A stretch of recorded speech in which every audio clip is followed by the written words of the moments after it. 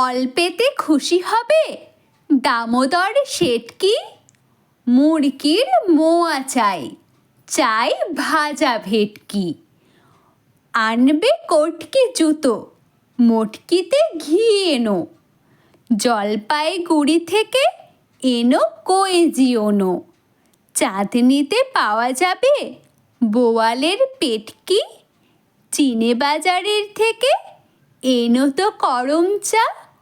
কাঁকড়ার ডিম চাই, চাই যে গরম চা।